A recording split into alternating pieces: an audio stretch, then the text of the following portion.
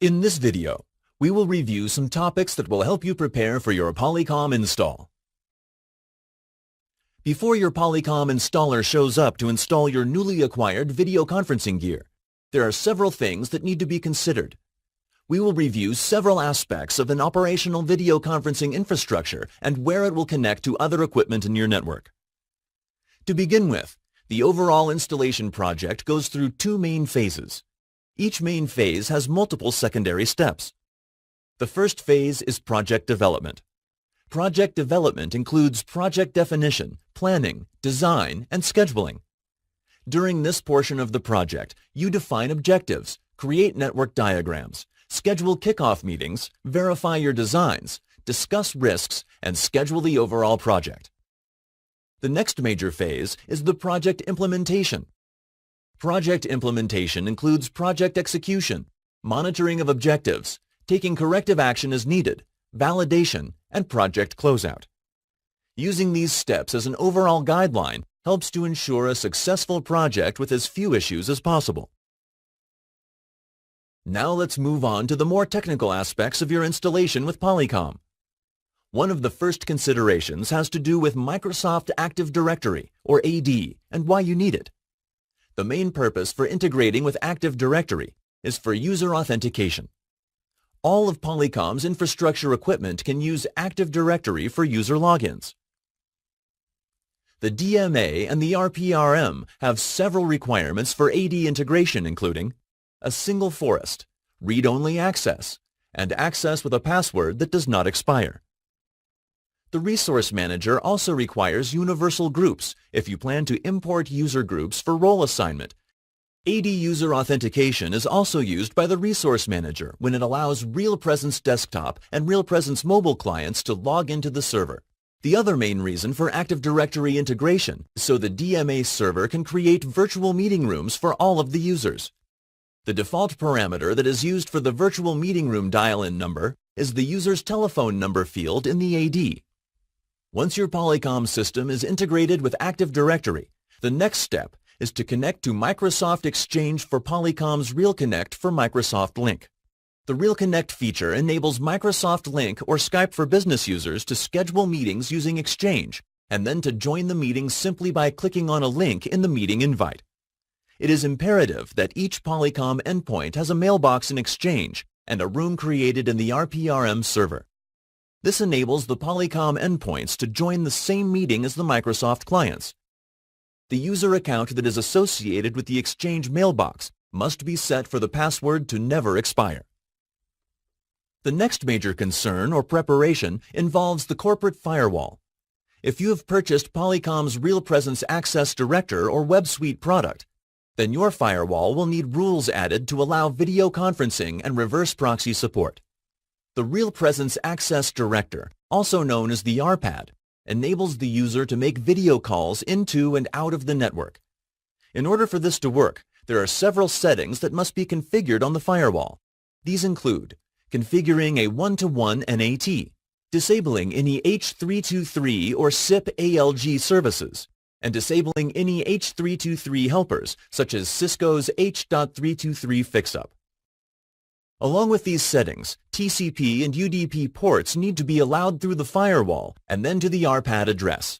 Some of these ports are TCP and UDP port 5060 and 5061 for SIP, UDP port 1719 and TCP port 1720 for H323, and TCP ports 443, 389, and 5222 for Polycom's Access Proxy feature. The RPAD deployment guide can be found on support.polycom.com and provides in full detail all of the ports required for a successful install. Next, Polycom's Web Suite software gives you the ability to connect browser-based video clients to your Polycom infrastructure. External participants that connect to Web Suite require an HTTP reverse proxy device to allow inbound access to the web interfaces of both Web Suite servers.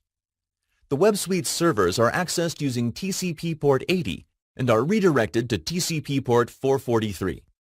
If you are enabling the enhanced content sharing feature, then you will also need to allow access to ports 9081 and 9981.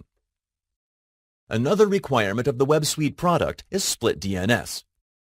In a split DNS setup, the host name for a device is the same inside the network as it is outside the network. The Web Suite server directs users to the same URL whether they connect on the corporate network or on the Internet.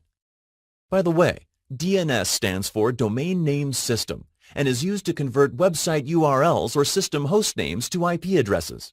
Other Polycom devices that require DNS for operations include the DMA system and the RPRM system. When you integrate the DMA to the resource manager, it uses DNS names to communicate. If the DNS names do not resolve, then the integration will fail.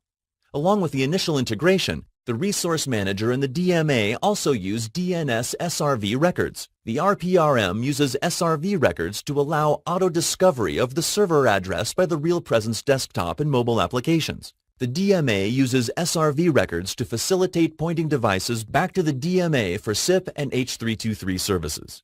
Some examples of the necessary SRV records are listed here. The rest of the Polycom devices support DNS, but it is not absolutely required. That being said, Polycom recommends using public key certificates for secure communication on the public Internet. In order to use certificates, you will need DNS host names. So a best practice for security is to use DNS and certificates on your Polycom equipment. Now that we are talking about certificates, let's cover a few basic ideas and terms for adding and using certificates on your network. First, a digital certificate sets up a trust relationship between devices and uses a public key to encrypt the communication between those devices. The message can only be decrypted using a private key that matches the public key. When you create certificates and share them between devices, you are sharing the decryption information needed to read the encrypted message.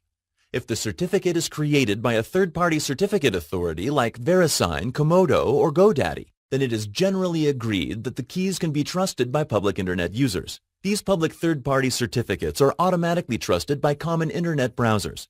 This means that you don't have to add the certificate to your devices for successful operation. For private corporate consumption, these certificates can be generated by domain servers and shared for employees and other trusted corporate users. Private certificates are not automatically trusted by Internet browsers, and it may be required to install the certificate on a user's device. All of Polycom's endpoints and servers support certificates for secure communication. The RPAD and Web Suite servers communicate with devices outside of your network, so secure communication is highly recommended. In fact, the Web Suite server requires a security certificate before it will function fully. The MEA or Experience Portal has to be configured with a certificate before the Video Portal website will load in a web browser. Taking some time to review these topics will help you prepare for your Polycom install.